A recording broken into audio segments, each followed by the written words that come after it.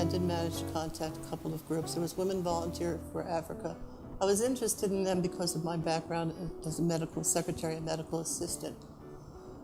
At the time I was living with my parents. My big brother, Father George, was in the seminary, and my other two brothers were married, so it was just my mother and my father and I. And I didn't want to leave for too long a time.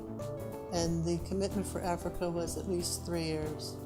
The commitment for North Carolina was 1 year, and it was working with the people I was particularly interested in trying to work with, not for, but with.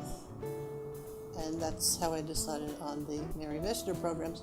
At that particular time, there were maybe about 6 programs compared to what there are today.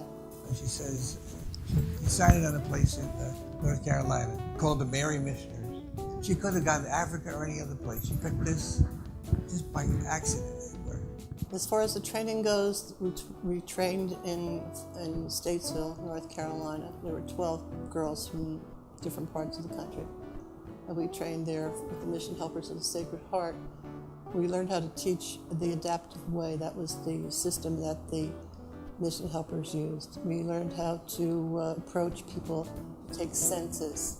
The main thing about the work that appealed to me was the fact that we could implement, we could do other things with the people, the children, arts, crafts, teaching different things that we could see a need for, and that's what did happen eventually. Visiting her one day down in North Carolina, I still remember that night. There were 12 young girls from all over the country, and my sister, and they were singing "Nothing Could Be Finer Than Being Carolina in the Morning." So I began to think about it. Nobody knows they're here. Nobody knows they're needed. Nobody knows they're here. And Father George, in the meantime, was thinking about spreading the word, and that's how it happened. It happened because my big brother, the priest, listened. He listened to me, he listened to what we had to say about the people there, and he listened to the other volunteers.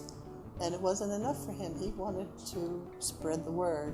You know, and it was eating at me. And when driving home, I talked to my mom about it. She said, well, see what happened with the Archbishop. When he came back from Rome, he called me in right away, and he said, this fits exactly where we want to go. Ad gentes to the nations. What was the other one? Light to all the nations. And I had a friend, he was the one who recommended form a coalition, get all these groups together under one roof. So that's what we did at time. Took time to pull them together. Mary Noel, all these groups came together, and we formed this coalition. At first, I wasn't too enthralled about the idea of spreading out too far. But then again, it gave us the opportunity to meet the different directors, the different programs, and to get to know more about them, to meet people who had been in areas that we had not recruited for yet. But recruitment and screening were the 2 main objectives of the office when it was in Newark, and it just did naturally grow from there. But again, it was because of some of the people that we met. The people made all the difference. We met great directors of the various programs, people who did understand, people who were trying to, both religious and lay people who were trying to spread the word. No matter where you go in your life, no matter where you are, there's somebody in Africa, or somebody in New Guinea, or somebody in South America, or somebody in Canada, somebody in Alaska, because this office started. And that's always a great consolation to me. Now, once in a while, you get nostalgic about these things. I wish we were back doing that work. But it's been done. It's done as far as we're concerned. And thank God we've had some great directors who've taken over, infused new life, new ideas.